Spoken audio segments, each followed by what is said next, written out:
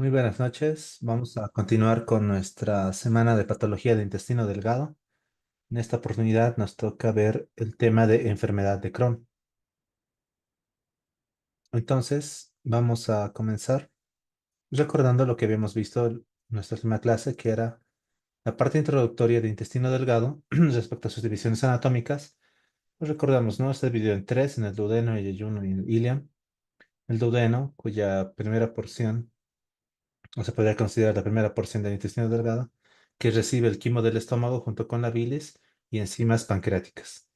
El ayuno, la segunda porción, principal sitio de absorción de nutrientes, especialmente de carbohidratos, proteínas y lípidos. Y respecto al ileum, pues la tercera porción, que se encarga de absorber las sales biliares para nuestro ciclo interno de lo que viene a ser las sales biliares. Y también se encarga de la absorción del complejo, ¿no? De factor intrínseco con vitamina B12. Respecto a su irrigación arterial, pues recordamos, ¿no? El duodeno está irrigado por ramas de la arteria celíaca y la mesentérica superior, y el duodeno distal, el yeyuno y el ilion por la arteria mesentérica superior. El drenaje venoso por la vena mesentérica superior, el drenaje linfático por vasos linfáticos paralelos a las arterias que conducen hacia ganglios mesentéricos, a la cisterna del quilo, al conducto torácico y a través del conducto torácico alcanza la vena subclavia izquierda. Respecto a la inervación del sistema parasimpático a cargo de los nervios vagos y del sistema simpático a cargo de los nervios esplácnicos. Respecto a la histología, tenemos cuatro capas. La capa mucosa, que está conformada por el epitelio, la lámina propia, la muscularis mucosa, compuesta por diferentes tipos de células, ¿no? Las que son más representativas son los cuatro tipos de células principales del epitelio, propias del pero propias del intestino delgado, y luego células del sistema inmunitario. Los que son propios del intestino delgado, tenemos pues entonces los enterocitos como la representación de la célula absorbente que tiene microvellosidades. Luego tenemos las células de Goblet que se encargan de la producción de mucina con un factor defensivo. Las células enteroendocrinas que producen gránulos o que contienen gránulos secretores de agentes reguladores de la función del epitelio. Y de igual forma las células de Paneth en la base de la cripta que contiene gránulos secretores con factores de crecimiento, enzimas digestivas y péptidos antimicrobianos. Finalmente, las células M y los linfocitos intraperitoneales como células del sistema inmunitario. Adyacente a la mucosa tenemos la submucosa, que se encuentra formada por tejido conectivo, denso y una población heterogénea de células. Y también aquí podemos encontrar el plexo submucoso de Meissner. Respecto a la capa muscular propia, está compuesta por una capa externa longitudinal y una capa interna de fibras circulares. Entre estas dos capas, se encuentran células ganglionares que forman el plexo mientérico de Auerbach. Respecto a nuestra capa serosa, la última capa, compuesta de una sola capa de células mesoteliales, que es componente del peritoneo visceral. Dentro de las funciones, la fisiología del intestino delgado, recordamos, ¿no? Se encarga de la digestión y absorción de nutrientes, de vitaminas, de minerales, de agua y electrolitos. También cumple funciones de barrera, una función inmunitaria, cumple una función motora o de motilidad, cumple una función endocrina y también tiene factores de adaptación intestinal. Pero en nuestra última clase no solamente vimos la parte introductoria del intestino delgado, también vimos la obstrucción del intestino delgado. Y recordamos, ¿no? La obstrucción del intestino delgado es una interrupción en el flujo normal del contenido intestinal a través del intestino delgado, que puede ser parcial o puede ser completa. Las causas más comunes son las adherencias postoperatorias, las hernias atascadas, los tumores, la intususcepción, los vólulos, la enfermedad de Crohn y cuerpos extraños. La presentación clínica, pues el paciente presenta dolor abdominal cólico, distensión abdominal, vómitos, ausencia de flatos y evacuaciones. Los síntomas pueden variar dependiendo de si la obstrucción es alta o baja en el intestino delgado. De igual forma, el diagnóstico clínico pues, se basa en la historia clínica en el examen físico. Lo que nos puede orientar es la presencia de los ruidos intestinales de alta tonalidad, también conocidos como ruidos intestinales de lucha, que es sugestivo de obstrucción. Imágenes diagnósticas, pues una radiografía de abdomen puede mostrar niveles hidroaéreos, distensión de heces intestinales. La tomografía, según nuestro punto, no como método de elección para confirmar el diagnóstico, además de identificar la causa y localizar el sitio de obstrucción. Respecto a la ecografía, pues puede ser útil en algunos casos, especialmente en niños, para detectar intususcepción. Nosotros habíamos dicho, ¿no? El texto ya ni nos habla de ecografía, porque recordamos que el aire es el mayor enemigo para la onda ultrasonográfica. Entonces, en los casos de obstrucción, el contenido aéreo del intestino distendido no permite ver muy bien el sitio exacto donde puede encontrarse la obstrucción, pero sí podemos determinar, ¿no? Las asas distendidas y demás. Respecto al manejo inicial, una reanimación, estamos hablando de reposición de líquidos intravenosos, descompresión nasogástrica con sonda nasogástrica para aliviar la distensión y prevenir la aspiración, el monitoreo de los electrolitos y la corrección de desequilibrios hidroelectrolíticos que tengamos en el paciente. Y respecto al tratamiento no quirúrgico, pues en algunos casos, especialmente de disfunción parcial y sin signos de estrangulación, se puede intentar un manejo conservador con vigilancia, observación y descompresión nasogástrica. Respecto a las obstrucciones propias y de herencias, la gran parte o una buena parte de los casos se resuelve con tratamiento no quirúrgico. Pero vamos a tener otros casos en los cuales está indicada la cirugía. Por ejemplo, cuando tengamos cuadros de obstrucción completa, cuando tengamos signos de estrangulación, como dolor severo, taquicardia, fiebre, leucocitosis, acidosis metabólica o hasta datos de peritonitis. De igual forma, si falla nuestro manejo conservador en 24 a 48 horas, ya tenemos que planificar una cirugía. Las complicaciones. Las obstrucciones puede haber la complicación de la estrangulación intestinal, en la cual vamos a tener datos de isquemia, necrosis y perforación del intestino, que puede llevar a peritonitis y sepsis. También vamos a tener desequilibrios electrolíticos severos debido a la pérdida de líquidos y electrolitos por los vómitos o el secuestro en el intestino. Para el postoperatorio es importante, ¿no? La reintroducción gradual de la dieta, la monitorización de la función intestinal, la prevención de complicaciones quirúrgicas como las infecciones de heridas y la formación de nuevas adherencias postoperatorias. Respecto a estas adherencias, son la causa más común de obstrucción del intestino delgado y su prevención radica más que todo en el uso de técnicas quirúrgicas mínimamente invasivas y durante una cirugía, pues realizar adhesiolisis. Respecto a las hernias, pues las hernias encarceradas son la causa común de obstrucción. El tratamiento quirúrgico incluye también la reparación de la hernia y la liberación del intestino que se encuentra atrapado en la misma. Respecto a la enfermedad de Crohn, lo que vamos a ver esta noche a más detalle, pues puede causar obstrucción debido a la inflamación, la fibrosis y estenosis del intestino delgado. El tratamiento incluye manejo médico con inmunosupresores y también tratamiento biológico. Y cirugía en casos refractarios, o vamos a ver cuáles son las indicaciones de cirugía. Respecto a los tumores, pueden causar obstrucción mecánica del intestino delgado. El tratamiento incluye la resección quirúrgica del tumor y la terapia adyuvante según el tipo de histología. Cuando nos encontramos frente a cuadros de vólvulo o intussuscepción, son causas menos comunes de obstrucción. El vólvulo requiere la reducción quirúrgica urgente y la intussuscepción en adultos generalmente requiere cirugía, mientras que en niños puede tratarse inicialmente con enemas de aire o bario. Bien, eso respecto a lo que habíamos visto en nuestra última clase el día martes. Ahora vamos a ver nuestro caso clínico para esta noche. Perdón. Respecto a la historia clínica, tenemos un paciente masculino de 35 años sin antecedentes médicos significativos que se presenta en consulta por dolor abdominal crónico en el cuadrante inferior derecho y además de diarrea persistente durante los últimos 6 meses. El dolor es intermitente, de tipo cólico, y se asocia con episodios de fiebre baja y pérdida de peso no intencionada de 10 kilogramos en el último año. El paciente también refiere fatiga y ocasionales episodios de rectorragia.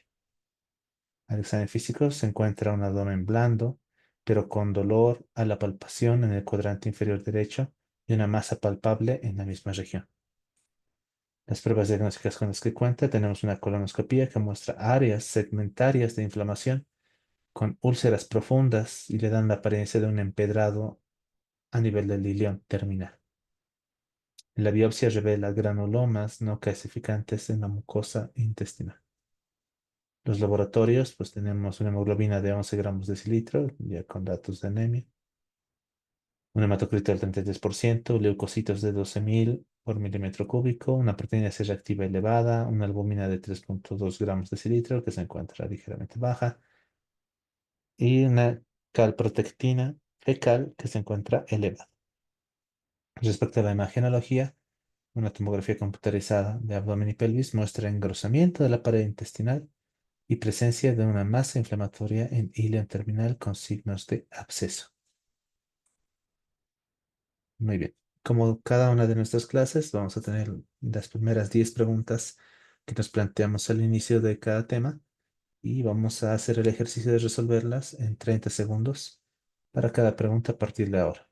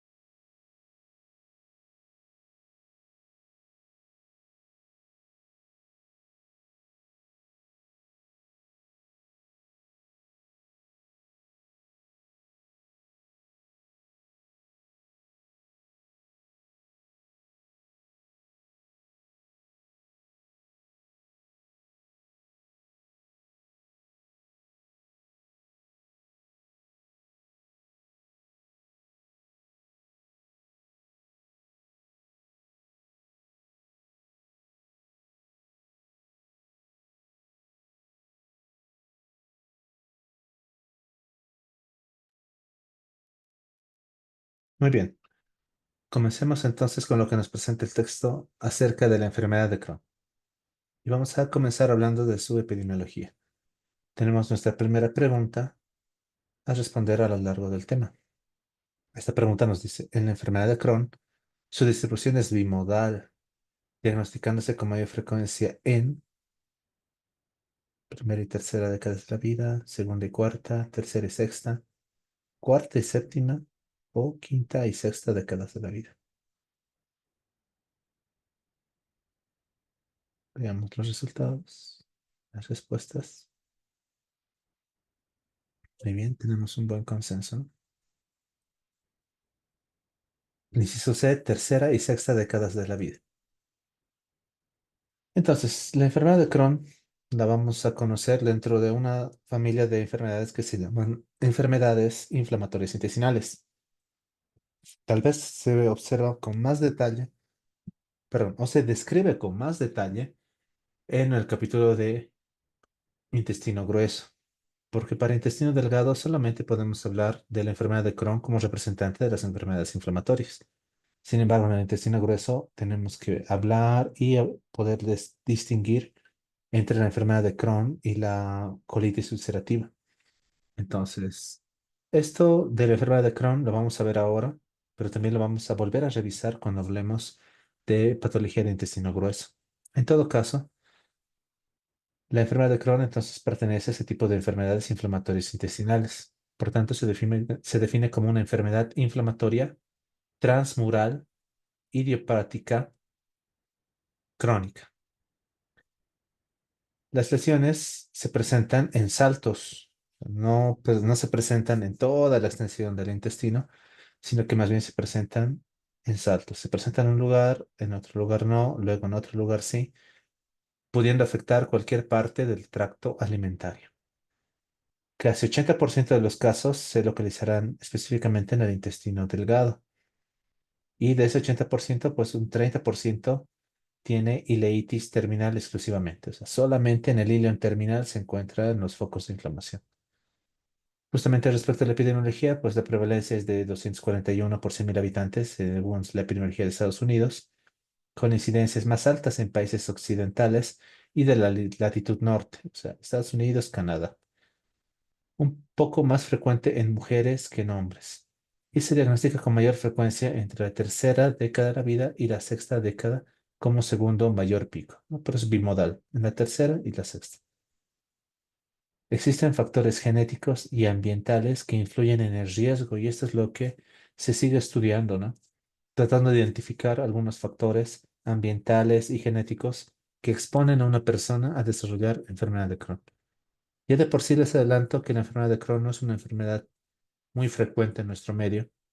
Recordemos que aquí las incidencias más altas se encuentran en países occidentales, en la latitud norte, y vamos a ver tal vez algunas razones por las cuales podremos teorizar de por qué nuestro medio no es tan frecuente. Veamos, familiares de primer grado tienen un riesgo 14 a 15 veces mayor que otras personas que no tienen familiares con esta misma enfermedad. Entonces, ahí ya nos estaría hablando de algún componente genético. 20% de los pacientes tienen antecedentes familiares de la enfermedad, entonces eso también apoya a un componente genético. Un mayor nivel socioeconómico se asocia a mayor riesgo. Y eso es algo que nos resulta un poco paradójico, ¿no? Porque cuando hablamos incluso de Helicobacter pylori y decíamos está asociado a, a la pobreza, asociado a déficit de higiene, más prevalente en países en vías de desarrollo y demás. En cambio aquí nos dice todo lo contrario. Un mayor nivel socioeconómico se asocia a un mayor riesgo de la enfermedad de Crohn, siendo así que la lactancia materna protege. La lactancia materna protegería contra la aparición de la enfermedad de Crohn. Y de igual forma, el tabaquismo asociado a mayor riesgo de cirugía y recaídas de episodios de inflamación. Vamos a ver más adelante en nuestra fisiopatología. ¿Cómo podríamos explicar estos factores de riesgo en nuestra epidemiología? Respecto a la fisiopatología, pues vemos, ¿no? Tenemos factores genéticos, factores ambientales, que determinarían que tengamos una barrera epitelial anormal. Esta barrera epitelial anormal lo que tiene es una respuesta excesiva de los linfocitos T, ya sea por los estímulos antigénicos luminales o una exposición inadecuada a linfocitos de lámina propia. O sea, nosotros recordamos que tenemos en la lámina propia linfocitos, ¿no? Eso habíamos visto. En las mucosas también tenemos linfocitos. Entonces, esos linfocitos se encuentran ahí para hacer, a los cuales vamos a poder presentar, digamos, los antígenos y bacterias patógenas y demás que se pueden encontrar en la luz del intestino. Si tenemos una barrera epitelial anormal, esos linfocitos se van a exponer de forma inadecuada a esos estímulos antigénicos luminales, lo que puede desencadenar una respuesta excesiva de estos linfocitos T. Recordamos que cuando estos linfocitos T se activan, vamos a tener esa respuesta excesiva a los antígenos derivados de la microbiota entérica y, por tanto, una tolerancia inmunitaria defectuosa. Cuando estos linfocitos se activan, se desencadena el proceso inflamatorio. En otras palabras, favorece episodios de inflamación sostenida a nivel de nuestra pared intestinal. Esa pregunta 2. En la enfermedad de Crohn se describen muchos patrones genéticos relacionados. Dentro de los más representativos, el locus IBD1 se encuentra en cromosoma 18, 16, 14, X, Y. ¿Dónde se encontrará?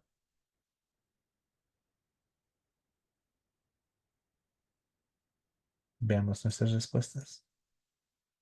Mm, Existe consenso, ¿no? Sí se ve, veamos. Justamente, sí se ve en el cromosoma 16. Dentro de nuestra fisiopatología, pues tenemos que buscar ese trasfondo genético, ¿no? Y es por eso que han empezado a buscar esos genes. Justamente este IBD1 se refiere, ¿no? A los genes de la enfermedad inflamatoria del intestino, eso en inglés. Y que este IBD1 se encuentra en el cromosoma 16. Y han determinado que personas que cuentan con este gen tienen un riesgo relativo 40 veces mayor de desarrollar la enfermedad de Crohn que aquellas personas que no lo tienen. Ahora, este gen sirve para, o este locus, perdón, este locus sirve para la determinación de un gen, que es el gen NOT2. De igual forma, este gen NOT2, y nosotros recordamos que los genes nos sirven a nosotros como moldes para la transcripción proteica o para la producción proteica tras transcribir la información genética, pues vamos a tener productos proteicos de este gen que se encargan de ser mediadores en la respuesta inmune innata. Y estos mediadores, pues, se activarán frente a la presencia de patógenos microbianos. Y es por eso que este IBD1 que se encuentra en el cromosoma 16 está en relación justamente de la enfermedad de Crohn, ¿no? Es lo que han logrado identificar. Ahora, no es el único locus, ¿no? Tenemos también el IBD2, que se encontraría en el cromosoma 6, pero que todavía se encuentra en estudio. Este IBD1, que está en el cromosoma 16, sí está más estudiado. Como dice aquí, 40 veces mayor riesgo relativo cuando uno presenta ese locus en sus genes. También cuando nosotros hablamos de apendicectomía, nos tocaba hablar un poco respecto al impacto que tiene la apendicectomía en la función del intestino, tratando de encontrarle una función al apéndice. Y recordamos, ¿no? La apendicectomía como tal, cuando hacemos una apendicectomía, el paciente tendría una reducción en el riesgo de sufrir colitis ulcerosa. Sin embargo, tendría un aumento del riesgo de cursar con una enfermedad de Crohn. En ese sentido, el texto nos dice que esto es importante porque es difícil poder determinar si la apendicectomía condiciona a una enfermedad de Crohn o es que acaso podemos pensar que la enfermedad de Crohn se encuentra de forma incipiente y que la apendicectomía o la apendicitis se encuentra de forma concomitante y después del procedimiento recién podemos empezar a diagnosticarlo. O sea, no es que sea secundario, sino que se han presentado de forma casi paralela. Esa es la parte de incógnita, ¿no? Que nos deja el libro respecto al efecto de la apendicectomía en los pacientes. Perdonen. Tenemos esta pregunta 3. Justamente quería avanzar esto un poco más rápido para volver al tema de la fisiopatología, pero vamos a volver, no se preocupen. En la enfermedad de Crohn, la característica patológica distintiva es,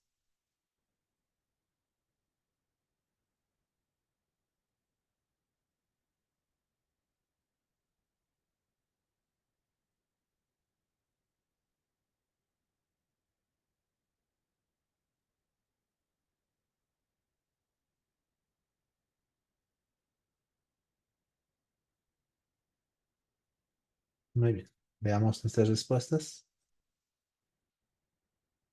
Sí, parece que hay consenso, ¿no? En nuestro inciso D, que es la inflamación focal y transmural del intestino. Bueno, esto es lo que va pasando después. Veamos. La lesión más precoz de nuestro proceso inflamatorio va a ser la úlcera aftosa. Habíamos mencionado esto, ¿no? Tenemos nuestra inflamación sostenida. Esa inflamación sostenida lo que va a hacer es producir estas ulceraciones. La lesión más precoz, que suele medir 3 milímetros más o menos, y que surgen acompañadas de granulomas linfoides, va a ser nuestra úlcera aftosa, como una afta, ¿no? De ahí viene el término, úlcera aftosa, que van a empezar a agruparse. O sea, no va a parecer solamente una úlcera, sino van a empezar a ser varias, con un aspecto estrellado, y se van a empezar a agrupar. En un sentido longitudinal vamos a tener úlceras lineales o serpentiginosas, y en un sentido transversal pues le van a dar un aspecto adoquinado a la mucosa. ¿Cuál va a ser el sello patológico de la enfermedad de Crohn? Que esa inflamación es transmural y es focal. Está focalizado, está enfocado a un sitio del intestino, pero es transmural. Estamos hablando de que inflama tanto lo que viene a ser nuestra mucosa, su mucosa, nuestro músculo y hasta nuestra serosa incluso. Es así que nosotros vamos a encontrar un hallazgo patognomónico, ¿no? Que es la invasión de la grasa mesentérica sobre la superficie serosa por esta atrofia que va a seguir a este proceso de inflamación, ¿no? Esa envoltura grasa. Entonces, la inflamación sostenida produce úlceras a nivel de la mucosa que le dan ese aspecto de adoquinado, y esa inflamación no se va a quedar solamente en la mucosa, va a ser de forma transmural, lo que es el sello patológico de la enfermedad. Y como un hallazgo patognomónico, vamos a encontrar que se va a empezar a rodear con grasa, ¿no? Va a haber una invasión de la grasa mesentérica sobre la superficie serosa del intestino. Es esto, ¿no? Pueden ver cómo la luz o la porción del intestino, esto no debería ser así. Hemos visto en fotografías anteriores del día martes cómo el intestino tenía mayor tejido, por decirlo así, y después recién venía el meso. En cambio, aquí podemos ver cómo el meso, este mesenterio está cubriendo casi todo el intestino. Ese sería nuestro hallazgo patognomónico, ¿no? Esa invasión de la grasa mesentérica sobre la superficie serosa. Tenemos, ¿no? El compromiso de la serosa que va a favorecer entonces la adhesión a otras heces intestinales y a otros órganos adyacentes. La inflamación transmural entonces produce fibrosis, conformación de estenosis, abscesos intraabdominales, fístulas, la perforación libre, rara vez, pero puede existir perforación del intestino. Y la característica, ¿no? Las lesiones en saltos, una afectación discontinua del intestino. Y les había dicho, no, no es la única enfermedad inflamatoria del intestino, tenemos también la colitis ulcerativa, y es necesario encontrar diferencias entre esas dos enfermedades. Respecto a la colitis ulcerativa, pues se limita solamente a la mucosa, la submucosa. Y hemos dicho que la enfermedad de Crohn es transmural. La enfermedad de Crohn a menudo respeta el recto. En sí, la enfermedad de Crohn debería encontrarse en cualquier sitio del tubo digestivo, pero a menudo respetaría el recto. En cambio, la colitis más bien se presenta con mayor frecuencia en el recto, o la colitis, como su nombre le dice, colitis se encuentra en cualquier parte del colon. Y la colitis ulcerosa puede asociarse a cambios inflamatorios en ilion distal por una ilitis de retrolavado. O sea, si bien no afecta al ilion distal, pero la inflamación del intestino grueso del colon del ciego puede asociarse a que se inflame también de forma secundaria, así como dice aquí, de retrolavado, el ilion terminal. Bueno, antes de pasar a la presentación clínica, es importante lo que les decía, ¿no? ¿Qué es lo que sucede? ¿O qué es lo importante? ¿Qué es lo interesante? Lo que incluso a mí, como cirujano, no soy gastroenterólogo, ¿no? Pero me llama la atención dos cosas. ¿Por qué un mayor nivel socioeconómico se asocia a mayor riesgo? ¿Por qué la lactancia materna protege? Todo está en relación a esta respuesta excesiva de linfocitos. Entonces, si se ponen a pensar en los países en desarrollo, en vías de desarrollo, no tenemos una extremada higiene ni con los alimentos, ni mucho menos, cosa que tal vez en los países del primer mundo sí existe. Entonces, su exposición a patógenos o antígenos luminales no es tan variada, no es tan rica como la tal vez de nosotros, ¿no? En ese sentido, tendríamos la ventaja de que nuestros linfocitos se van exponiendo a una gran variedad de antígenos luminales que van haciendo que nuestra inmunidad no tenga este tipo de respuesta excesiva, ¿no? Entonces, para cuando nosotros nos encontramos con algún antígeno y demás, se puede presentar la respuesta inflamatoria, pero esta no tiende a ser tan excesiva. Ahora, eso estará en relación también a los productos de este locus y de este gen. Efectivamente, sí, pero lo importante es esta parte también, ¿no? En la lactancia materna, nosotros recordamos que la lactancia materna, pues, tiene sus factores que se encargan de la alimentación del producto de la fecundación, del feto. En este caso estamos hablando del recién nacido, ¿no? Por 6 meses, que lo podemos extender hasta 2 años, que tiene muchas ventajas para el bebé.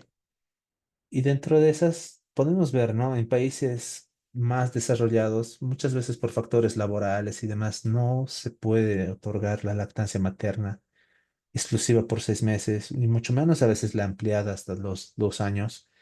Y se encargan más que todo de utilizar los sucedáneos de la leche materna, las fórmulas y demás, que no le presentarían tal vez esta exposición inmunitaria, porque la leche materna tiene también su componente inmunitario.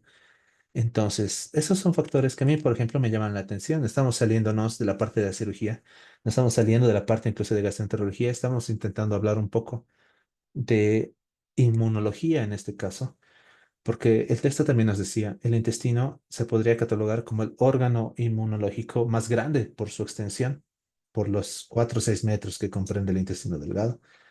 Entonces, es importante, cuando hablamos de enfermedad de Crohn, recordar que el trasfondo es inmunitario, ya sea por factores ambientales, lo que les acabo de decir, y también su factor genético. Entonces, eso es algo que tenemos que agradecer, tal vez, de pertenecer a un país tercermundista, ¿no? Por lo menos de este tipo de enfermedades no tenemos mucha frecuencia, no tendríamos mucho riesgo relativo tampoco. Pero bueno, veamos la presentación clínica. Ya lo habíamos tocado un poco en apendicitis y en la enfermedad de Crohn. Cuando hablábamos de diagnósticos diferenciales, teníamos nuestra diverticulitis de Meckel y hablábamos un poco de la enfermedad de Crohn, porque aquí también al principio decíamos, la presentación del ilion terminal es la más frecuente, o sea, la ileitis terminal. Justamente el ilion terminal va al ciego, donde se encuentra también el apéndice. Entonces vamos a tener cuadros de dolor abdominal. Pero ¿cuál es la diferencia? Que este dolor abdominal es crónico. El proceso inflamatorio es crónico. En cambio, en la apendicitis es un cuadro más agudo. Y si bien en la apendicitis podemos tener cuadros de diarrea y demás, la inflamación, el proceso inflamatorio puede causar cuadros de diarrea. De igual forma, serían cuadros de diarrea crónicos.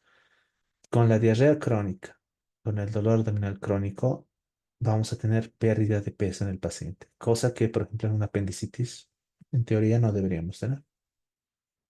Y entonces, para poder identificar los tipos de presentación que vamos a tener de la enfermedad de Crohn, tenemos las diferentes formas de presentación de la enfermedad de Crohn. Podemos tener una enfermedad de Crohn de tipo fibroestenótica, que como su nombre lo dice, va a encargarse de producir más que todo estenosis del intestino. Una enfermedad fistulizante, que se va a encargar de perforar el intestino, de producir fístulas intestinales. O también una enfermedad inflamatoria agresiva. Se pregunta 4 de nuestro tema de esta noche a responder durante la exposición. Nos dice, si bien la enfermedad de Crohn puede afectar a todo el tracto intestinal, por su frecuencia, generalmente la afectación es, y creo que lo acabamos de decir también, ¿no? Veamos. 20% en el colon, 80 en el intestino delgado, 20 en el delgado, 80 en el colon, 10 en yeyuno, 50 en esófago, 40 en colon, 10 en yeyuno e ilion, 90 en colon, 10 en esófago, 10 en estómago, 80 en intestino delgado. ¿Cuál es la respuesta? Veamos nuestra... Bueno, hay consenso, ¿no? Lo acabamos de ver. Justamente inciso A, 20% en el colon, mayor casos en intestino delgado. Entonces, recordamos, ¿no? Si bien puede existir dolor a nivel de la región ileocecal, estamos hablando del cuadrante inferior derecho, mismo sitio donde vamos a tener dolor en un caso de apendicitis. En este caso, los síntomas se inician de forma insidiosa, no es de inicio abrupto, no es brusco. Los síntomas constitucionales pueden ser prominentes. Cuando hablamos de constitucionales, estamos hablando de la pérdida de peso, ¿no? La pérdida de apetito, la diarrea y la pérdida de peso. En un 80% de los casos afecta el intestino delgado y en un 20% puede afectar al colon. La mayoría presenta esa variedad de enfermedad que es la ileocecal, ¿no? En el ilion terminal y el ciego. Existe también una presentación de la enfermedad perineal y anorrectal aislada, pero solamente se presenta en un 5 a 10%. Sitios poco frecuentes de presentación van a ser el esófago, el estómago y el duodeno. Una cuarta parte de los pacientes tendrá una manifestación extraintestinal y una cuarta parte más de una sola manifestación extraintestinal. ¿Cuáles son esas manifestaciones extraintestinales? Son las que nos presenta el texto en este cuadro, el cuadro 7 del capítulo 28, que nos dice, en la esfera dermatológica podemos tener pacientes con eritema nodoso, con pioderma gangrenoso, en la esfera reumatológica, artritis periférica, espondilitis anquilosante, sacroileitis, en la región ocular, pacientes con conjuntivitis, uveitis, iritis, epiescleritis, en el sistema hepatobiliar, pacientes con estetosis hepática, colilitiasis, colangitis esclerosante primaria, pericolangitis. En la esfera urológica, nefrolitiasis, obstrucciones ureterales y como síntomas o manifestaciones diversas, pues tenemos en la enfermedad tromboembólica, episodios de vasculitis, osteoporosis, endocarditis, miocarditis, pleuropericarditis, enfermedad pulmonar intersticial, amiloidosis y incluso pancreatitis. ¿No? Si se dan cuenta, todos son cuadros inflamatorios. El diagnóstico. El diagnóstico generalmente se establece con hallazgos endoscópicos en un paciente que tenga una historia clínica compatible. La colonoscopia con intubación del ilion terminal puede revelar, las ulceraciones focales adyacentes a áreas normales, lo que hemos visto como lesiones en saltos, junto con cambios de la mucosa polipoidea, dándole una apariencia de adoquinado.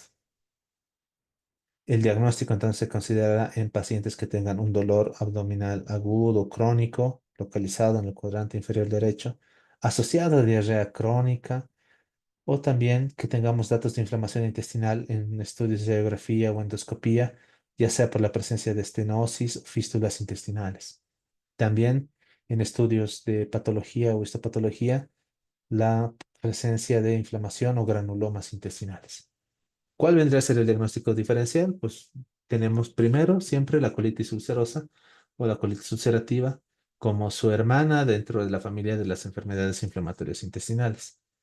De igual forma, trastornos funcionales del intestino como el síndrome de intestino irritable pueden presentarse también con dolor, con diarrea crónica y demás. La isquemia mesentérica sí puede tener, cuando tengamos presentaciones crónicas, podemos tal vez confundirlos con la enfermedad de Crohn. Eso lo vamos a ver el día de mañana cuando veamos isquemia mesentérica. De igual forma, enfermedades vasculares del colágeno, carcinomas, linfomas, la enfermedad diverticular y las enteritis infecciosas, ¿no? Por ejemplo, una ileitis aguda por Campylobacter o por Yersinia, la enteritis tifoidea por la Salmonella tifosa en ilion terminal, una afectación intestinal por Mycobacterium tuberculosis en el ilion distal y en el ciego, o hasta las infecciones por citomegalovirus, son cuadros que tenemos que descartar antes de pensar en una enfermedad de Crohn.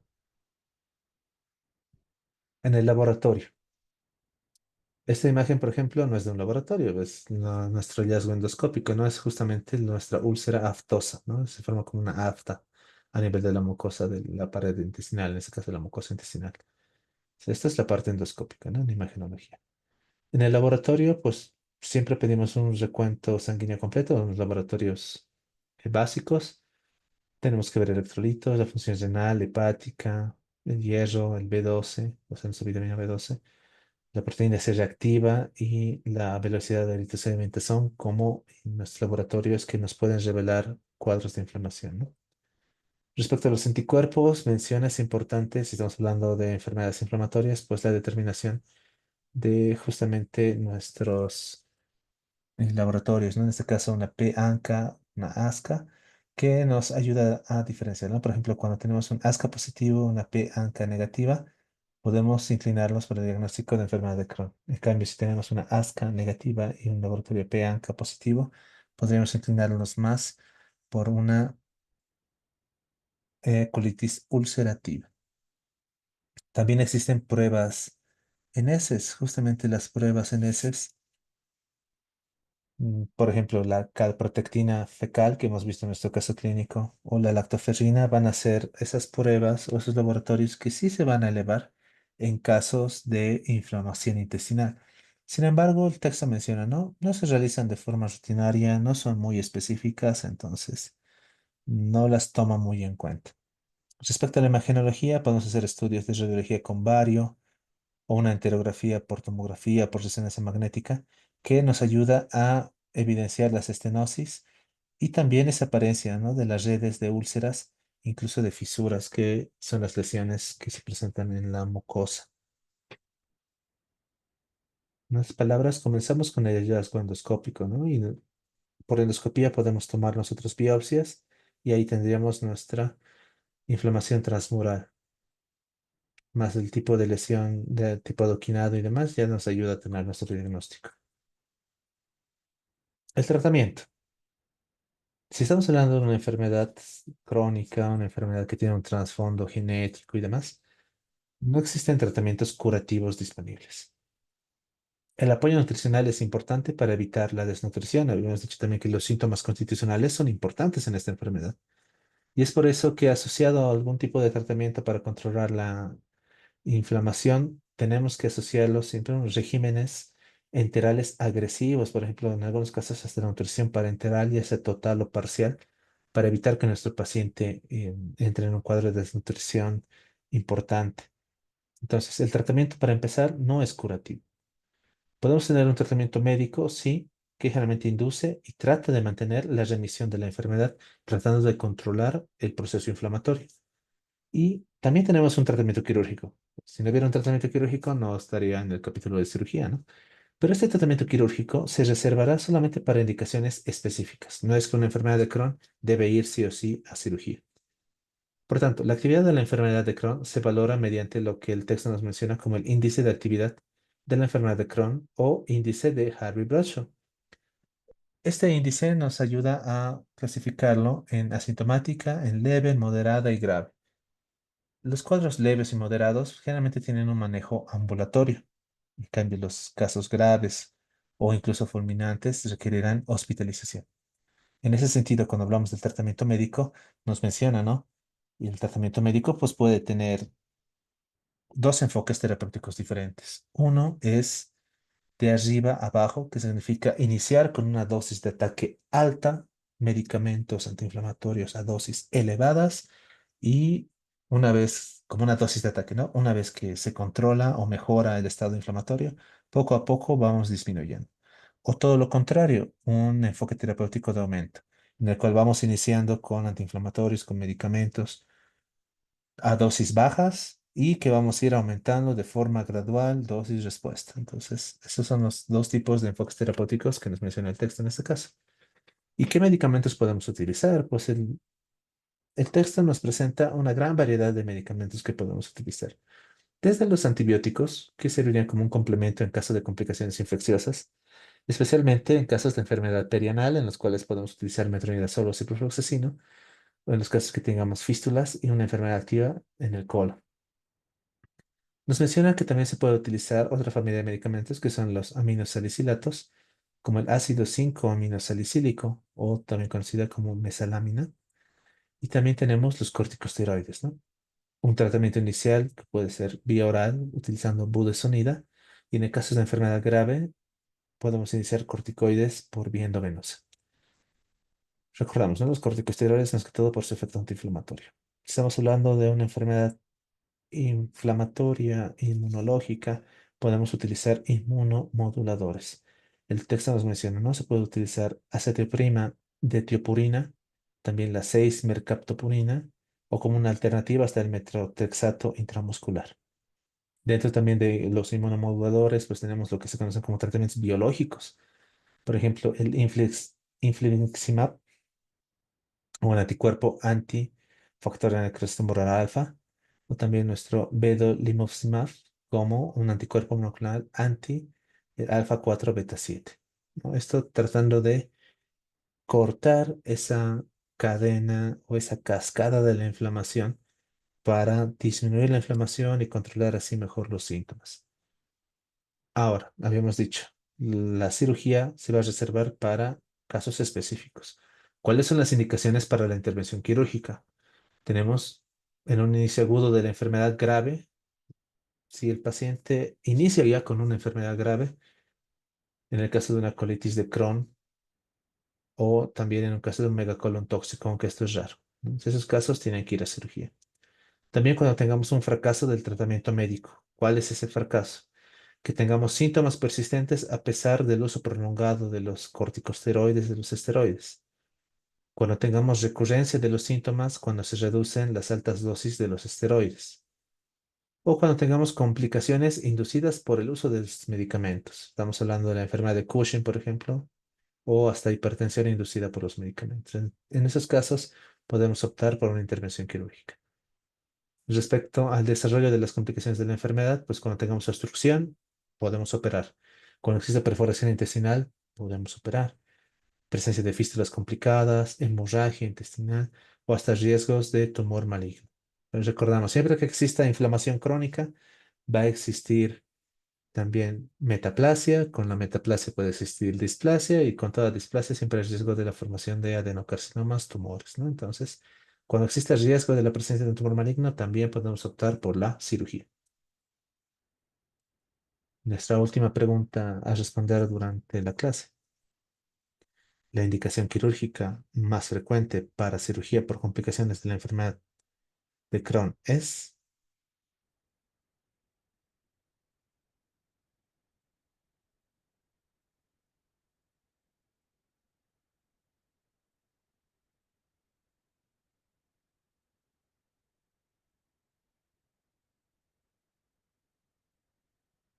veamos nuestras respuestas. Inciso E. Y existe consenso, ¿no? Justamente la obstrucción intestinal.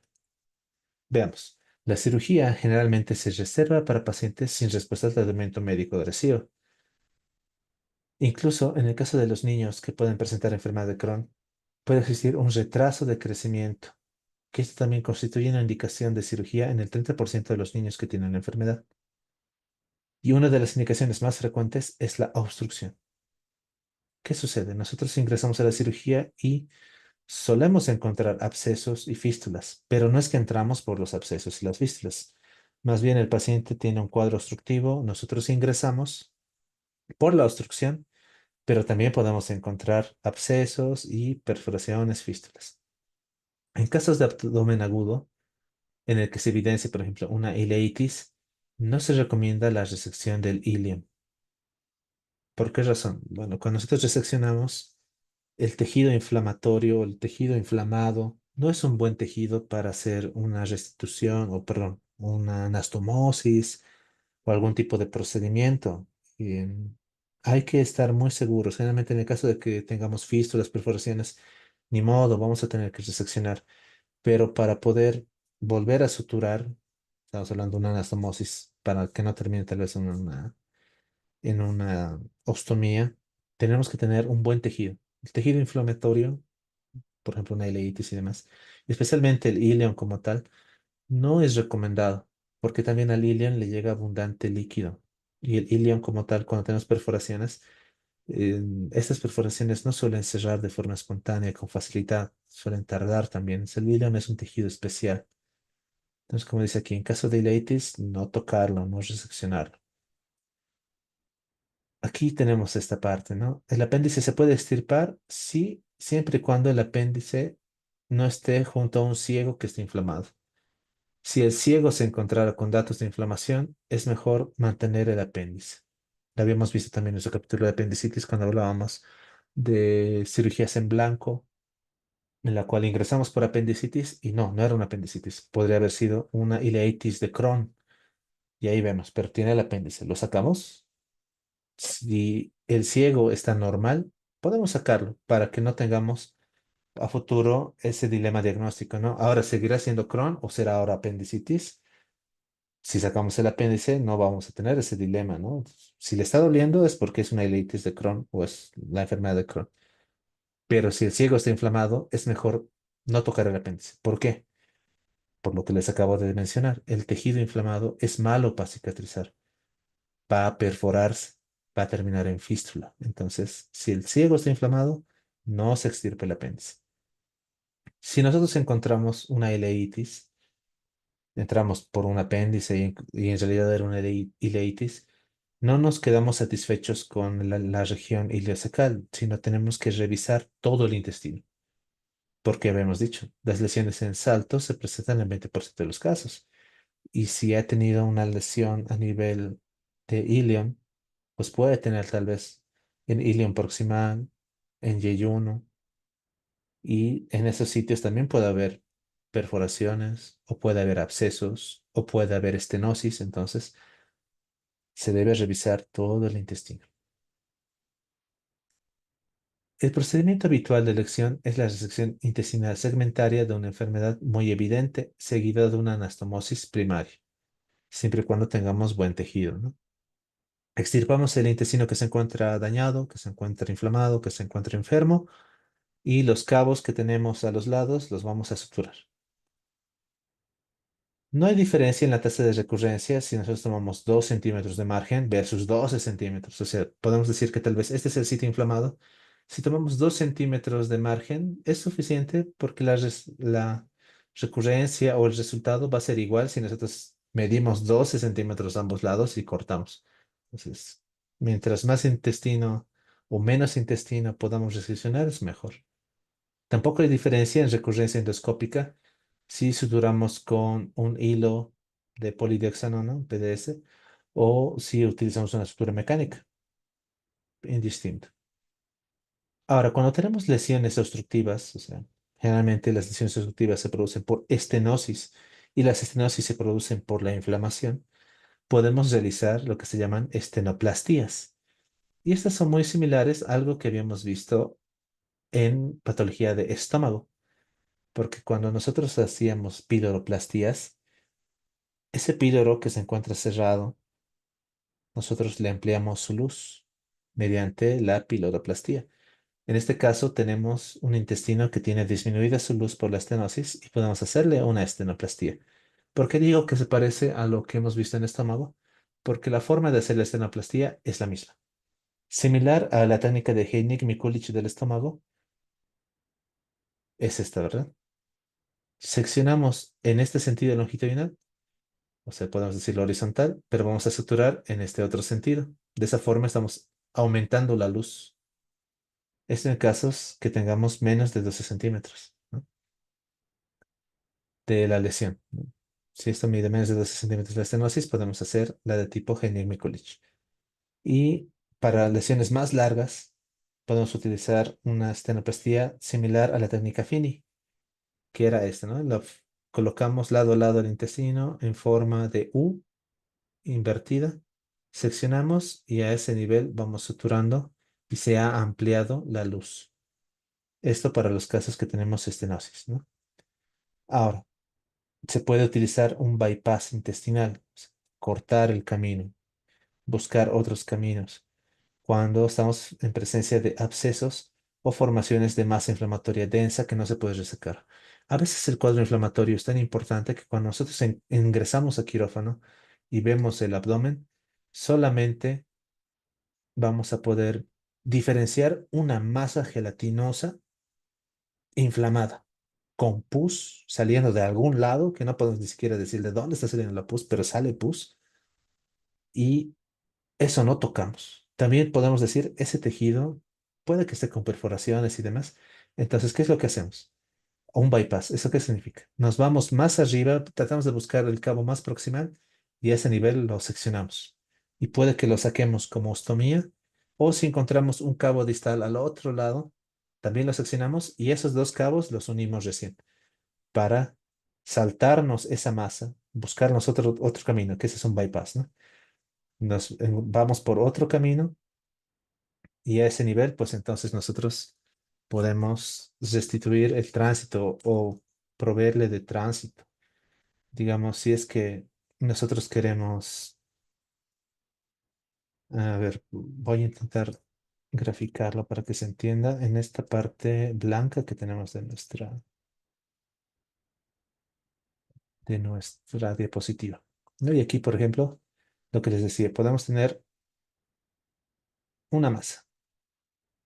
Una masa que está con tejido inflamatorio. No podemos diferenciar dónde entran de aquí el intestino, dónde sale el intestino, nada.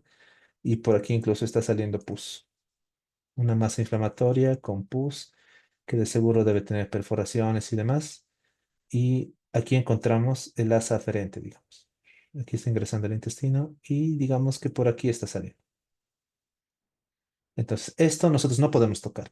Vamos a tocarlo y se va a destrozar. Masas densas que no son resecables. ¿Qué es lo que podemos hacer? Un bypass. Cortamos, vemos que este tejido sea bueno y lo que vamos a hacer es llevarnos entonces esas asas que están mejor, ese de aquí con una flechita, esas asas que tienen vitalidad, que tienen función, las ponemos lado a lado y hacemos nuestra anastomosis. Estamos saltando esta masa y estamos haciendo un bypass. Nos estamos yendo por otro camino para darle al paciente la capacidad de que pueda seguir alimentándose y estamos dejando esta masa a ese nivel. Le vamos a tratar con antibiótico, le vamos a dejar un drenaje, que esa masa se quede ahí y que el alimento no contamine más esto. Tal vez en una siguiente cirugía, cuando el paciente esté con mejor eh, estado el tejido y demás, tal vez lo podemos reseccionar. Eso ya se vería a futuro. Pero más o menos eso se refiere con un bypass intestinal, ¿no? En presencia de abscesos o masas inflamatorias que no podemos resecar, buscamos los cabos y nos hacemos un bypass. O en el caso de que el tejido no sea viable, ese cabo proximal, y aquí lo vamos a hacer, bueno, bien patriota, ¿no? Amarillo, rojo, amarillo y verde. En el caso de que no podamos hacer la anastomosis, esto nosotros lo volvemos en una ostomía. Esto lo sacamos a la pared abdominal y con una bolsa y el contenido intestinal sale al exterior. Y el cabo distal nosotros luego lo cerramos.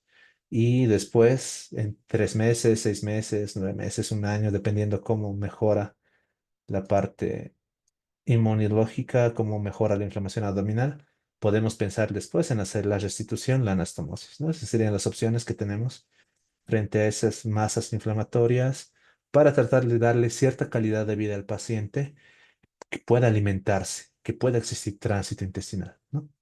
Bueno, respecto justamente a los resultados, tenemos complicaciones. Una tasa general de complicaciones que es elevada, es de 15 a 30%. Vamos a tener cuadros de infección de heridas, formación de abscesos intrarenales postquirúrgicos y lo que les decía, ¿no? Nuestras anastomosis pueden terminar con dehiscencia, puede haber fugas anastomóticas. Son 15 a 30%. Respecto a la recurrencia endoscópica, o sea, pacientes que han recibido tratamiento y hacemos control por endoscopía, vamos a ver recurrencia de las lesiones inflamatorias en un 70% dentro del primer año de vigilancia y hasta un 85% a los 3 años de vigilancia. O sea, una alta recurrencia. Respecto a la recurrencia clínica, hasta un 60% a 5 años de vigilancia y a 15 años de vigilancia hasta un 94%. O sea, es una enfermedad bien difícil de controlar. El riesgo de reoperación es necesaria en un tercio de los pacientes a los 5 años de haber tratado un evento o de haber operado.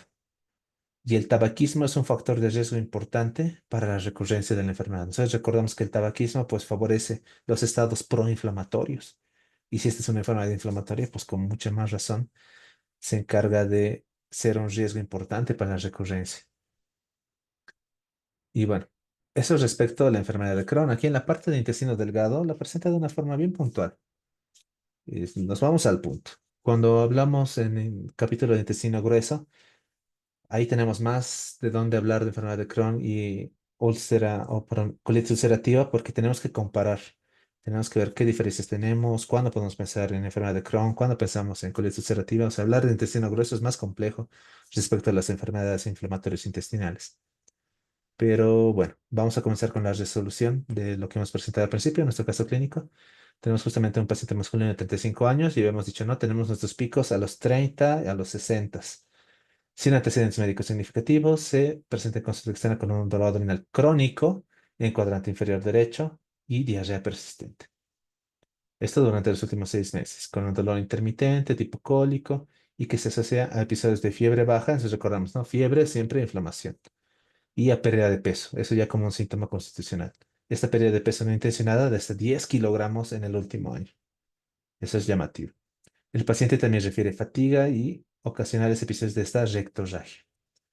Al examen físico se encuentra un abdomen blando, pero con dolor a la palpación del cuadrante inferior derecho, en la cual se puede observar hasta una masa palpable. Las pruebas diagnósticas. Y aquí en esta imagen se puede ver muy bien. Justamente la apariencia de empedrado. Habíamos dicho nosotros en la fisiopatología que inicialmente vamos a tener una úlcera aftosa, una afta, pero que estas luego van a empezar a tomar un aspecto estrellado y van a empezar a unirse. De forma longitudinal se van a presentar así, en línea y en forma transversal van a empezar a adquirir esa forma de empedrado o adoquinado. Ese es el hallazgo endoscópico que ya nos sugiere una enfermedad de Crohn. Y se toma una biopsia en la cual se revela granulomas no clasificantes. Nosotros recordamos en nuestro medio, si bien tal vez no vamos a tener mucha prevalencia de enfermedad de Crohn, pero tenemos tuberculosis. Por donde veamos, órgano que nosotros nos imaginemos o recordemos puede tener tuberculosis en nuestro medio. Entonces, lo que es importante es que nuestra biopsia nos muestre que no existe esa necrosis clasificante, ¿no? Que podría decirnos que más bien se trata de una tuberculosis. Si no es clasificante, el granuloma es por inflamación crónica. En este caso, estaría en relación justamente a una enfermedad inflamatoria intestinal. El laboratorio, pues tenemos anemia, se puede ser tal vez por el tema de la desnutrición o por la rectorragia crónica que ha presentado. Tenemos leucocitosis, eso es en relación siempre a un proceso inflamatorio. La proteína C reactiva, que también se eleva en procesos inflamatorios. Y lo que decía el texto, ¿no? De forma puntual nos decía que sí, se puede pedir la calprotectina fecal, que puede elevarse en estos casos, aunque el texto dice, ¿no? Que no se pide de rutina, en este caso el paciente presenta el laboratorio y está elevado. En imagenología, pues se le hace una tomografía en la cual se evidencia un engrosamiento de la pared intestinal y la presencia de una masa inflamatoria en el ileón terminal con signo de absceso. Ya habíamos dicho, ¿no? La enfermedad de Crohn puede formar fístulas, puede formar abscesos y en este caso en el ileón terminal, que es el sitio en el cual con mayor frecuencia se presenta nuestra enfermedad de Crohn. Entonces, lo que hemos visto en el tema hemos encontrado en nuestro paciente. Ya para ir finalizando, tenemos las respuestas a nuestras 10 preguntas. Primero, ¿cuál es una característica distintiva de la enfermedad de Crohn en la colonoscopia? Pues la inflamación segmentaria con áreas de mucosa normal o las lesiones en salto. ¿No? La enfermedad de Crohn típicamente muestra una inflamación segmentaria con áreas de mucosa normal entre zonas afectadas, conocida como lesiones salteadas o lesiones en saltos. La pregunta 2, ¿cuál de los siguientes hallazgos histológicos es más característico en la enfermedad de Crohn? Bueno, el texto lo dice de otra forma, no estamos hablando de la inflamación transmural. En este caso, los granulomas que no son clasificantes sí son una representación de un episodio o de inflamación crónica, que también forma parte de la patología de la enfermedad de Crohn. Entonces, la presencia de granulomas no clasificantes en la biopsia intestinal es característica de la enfermedad de Crohn. Ayuda a diferenciarla de otras enfermedades inflamatorias intestinales. Respecto a eso, recordamos, y lo teníamos en una diapositiva, lo vamos a ver también en patología de intestino grueso. En la colitis ulcerativa, la inflamación es solamente de la mucosa y submucosa. En cambio, la enfermedad de Crohn es transmural, puede llegar hasta la serosa. Pregunta 3. ¿Cuál es la complicación más común asociada a la enfermedad de Crohn? Pues tenemos, aquí no dice obstrucción, ¿no? Pero dentro de las complicaciones aquí tenemos la formación de abscesos intraabdominales. Los abscesos intraabdominales son una complicación común de la enfermedad de Crohn debido a la inflamación transmural y la formación de fístulas. 4. ¿Qué prueba de laboratorio es útil como marcador de actividad inflamatoria en la enfermedad de Crohn? No lo menciona tanto el texto, ¿no? Pero sí, sirve la calprotectina fecal. La calprotectina fecal como marcador sensible de inflamación intestinal. O sea, sensible para la inflamación. Nos puede sugerir la enfermedad de Crohn. No es específica, pero nos habla de que existe inflamación intestinal. Pregunta 5. ¿Cuál es el tratamiento inicial más adecuado para un paciente con enfermedad de Crohn con absceso intraabdominal? Tenemos los corticoides intravenosos antibióticos y los antibióticos. El tratamiento inicial de un paciente con enfermedad de Crohn con absceso intraabdominal incluye pues, corticosteroides intravenosos para reducir la inflamación y también los antibióticos de amplio espectro para tratar la infección.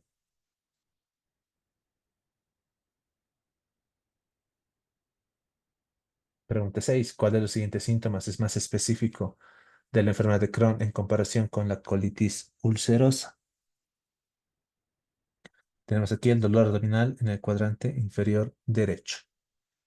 Eso es importante en el sentido de que la colitis ulcerosa se presenta de otra forma, ¿no? En el caso de la enfermedad de Crohn, como se suele presentar más que todo en el ilion terminal, entonces, ¿qué se encuentra en el ilion terminal? Nuestra región secopendicular, es que se encuentra en el cuadrante inferior derecho, ¿no? El dolor abdominal en el cuadrante inferior derecho es más específico de la enfermedad de Crohn, especialmente con la afectación del ilion terminal. En cambio, la colitis ulcerosa afecta al colon, pero no afecta al intestino delgado.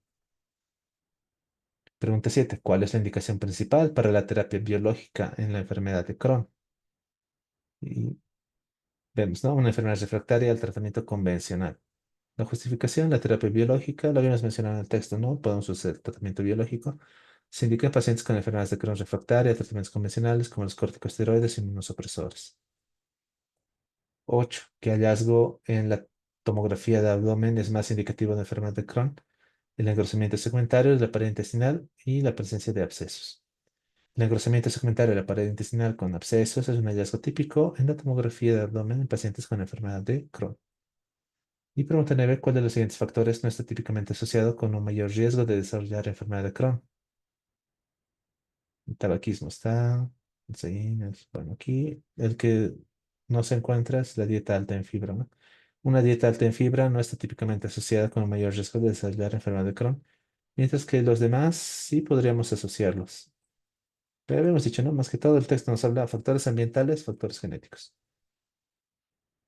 Pregunta 10. ¿Cuál es el propósito de la calprotectina fecal en el seguimiento de la enfermedad de Crohn? Bueno, el texto tampoco lo menciona, ¿no? Más bien el texto cuando habla de la calprotectina o sea, de la lactoferrina, nos dice, no se pide, es rutina. Pero bueno, tendría una utilidad de monitorizar la actividad de la enfermedad inflamatoria porque este laboratorio pues se eleva cuando tenemos datos de inflamación intestinal. Si nuestro tratamiento fuese adecuado, este laboratorio también disminuiría. Entonces, la calprotectina fecal se utiliza para monitorizar la actividad inflamatoria en la enfermedad de Crohn, ayudando a evaluar la respuesta al tratamiento y detectar recaídas. En el texto, cuando hablamos de seguimiento, pues el libro nos habla más sobre la endoscopía, ¿no? Más que del laboratorio.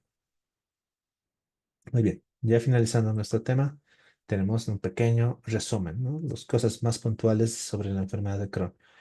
Y recordamos, ¿no? Es una enfermedad inflamatoria crónica del tracto gastrointestinal que puede afectar cualquier parte del tubo digestivo. Esto es desde la boca hasta el ano, pero hemos visto que es más frecuente en el intestino delgado y en el intestino grueso. Y dentro del intestino delgado, más que todo, en el ileón terminal, ¿no? Y hay presencia también en el colon. Y puede respetar el recto, ¿no? Eso es importante. La mayoría de las veces respeta el recto. En la etiología, pues la causa exacta es desconocida. Pero se cree que resulta una combinación de factores genéticos, inmunológicos, ambientales, y hay una fuerte asociación con antecedentes familiares, ¿no? La patogénesis se caracteriza por una inflamación transmural que puede conducir a complicaciones como fístulas, abscesos, estenosis.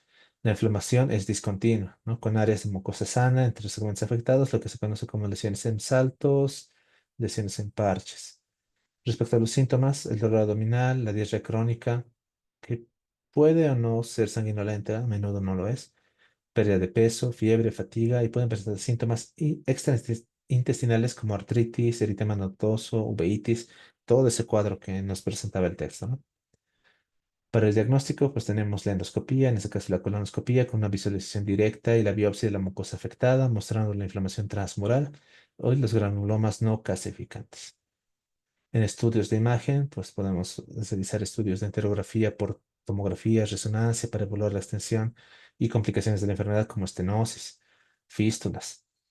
Como biomarcadores, pues tenemos la elevación de la proteína C reactiva, que no es muy específica. De igual forma, la calprotectina fecal, que no es muy específica, ¿no? Más que todo, nuestra biopsia y la colonoscopía o nuestros estudios endoscópicos nos ayudan a ver los signos clásicos. Las complicaciones, la formación de fístulas, que son conexiones anormales entre el intestino u otros órganos, los abscesos intraabdominales por acumulaciones de pus en el abdomen, la estenosis intestinal, el estrechamiento del intestino que puede causar episodios de obstrucción y algo importante, ¿no? La desnutrición, debido a la mala absorción, la pérdida del apetito, los síntomas constitucionales. El tratamiento médico, pues tenemos, ¿no? Los aminosalicilatos utilizados principalmente en la enfermedad que es leve a moderada, los corticosteroides para control a corto plazo de los brotes agudos, los inmunomoduladores, como la citoprima, lo que vimos, ¿no? La 6-mercaptopurina, hasta el metotrexato, y dentro de los biológicos, ¿no? El infliximab, adalimumab, vedolizumab, como inhibidores, ¿no? Del nuestro factor de necrosis alfa, las integrinas, inhibidores específicos de interleucinas que nos sirven para tratar de controlar el estado inflamatorio. Esto especialmente en enfermedad moderada severa. El tratamiento quirúrgico, que recordamos, no es curativo, vamos a tratar más bien de resolver las complicaciones, como las fístulas, los abscesos, las estenosis refractarias, e incluyen la resección segmentaria, una estructuroplastía, lo que hemos visto, ¿no? A veces hasta unos bypasses y el drenaje de los abscesos, lastimosamente con alto riesgo de complicaciones. Las indicaciones quirúrgicas, estamos viendo la estenosis refractaria, el absceso intraabdominal o pélvico, las fístulas complejas, la enfermedad perianal severa también. Para el seguimiento, pues es evaluar de forma regular con estudios de endoscopía para monitorizar la actividad de la enfermedad, detectar complicaciones como displasia, siempre descartando, ¿no? Las neoplasias. También la evaluación de biomarcadores, estudios de imagen según la necesidad. Y también hay que vigilar las complicaciones postquirúrgicas, ¿no? Que el texto nos decía, lastimosamente se presentan con mucha frecuencia al primer año, a los 3 años, a los 5 años, donde vamos a tener recurrencia de la enfermedad común en el sitio de anastomosis después de una resección o las fugas anastomóticas. También cuando hacemos resecciones muy extensas podemos condicionar al paciente a un síndrome de intestino corto. Respecto a la nutrición, el texto nos decía es muy importante utilizar regímenes nutricionales para evitar que el paciente es- sea un paciente desnutrido. Estamos hablando de terapia nutricional, nutrición enteral, parenteral en casos de malnutrición severa, el uso de dieta baja en residuos que puede ser útil en casos de estenosis. Y el texto no menciona mucho, ¿no? Porque estamos hablando justamente de patología de intestino delgado, pero recordamos, la enfermedad de Crohn puede afectar también el colon hasta el final, o sea, también la región perianal. Eso lo vamos a ver con más detalle en el capítulo de intestino grueso, pero también hay que recordar, ¿no? Tenemos la enfermedad perianal por la enfermedad de Crohn, con la formación también de fístulas, abscesos perianales, que son comunes en la enfermedad de Crohn, que se pueden tratar con drenajes, con tratamientos biológicos y demás, pero lastimosamente no tienen un buen resultado, ¿no? La enfermedad perianal es una enfermedad de muy difícil manejo. En pacientes pediátricos, pues la enfermedad de Crohn puede afectar el crecimiento, el desarrollo en los niños, entonces requiere un enfoque multidisciplinario. Por eso muchas veces se puede preferir un tratamiento quirúrgico justamente para evitar que el impacto en el crecimiento y desarrollo en los niños sea muy importante. Respecto al pronóstico, pues la enfermedad de Crohn es una enfermedad crónica, es recidivante, no hay un tratamiento curativo.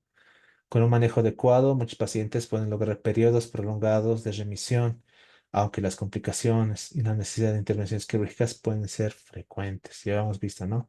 Al primer año, a los 3 años, muchos pacientes tienen recidivas, recurrencias. Muy bien. Eso sería todo respecto a lo que teníamos que abarcar en nuestro capítulo o en nuestro tema de enfermedad de Crohn. Ya casi a punto de finalizar nuestra semana de patología de intestino delgado. Mañana viernes a la misma hora, a las 7:30, vamos a dar inicio a nuestra última clase de intestino delgado para hablar de isquemia intestinal.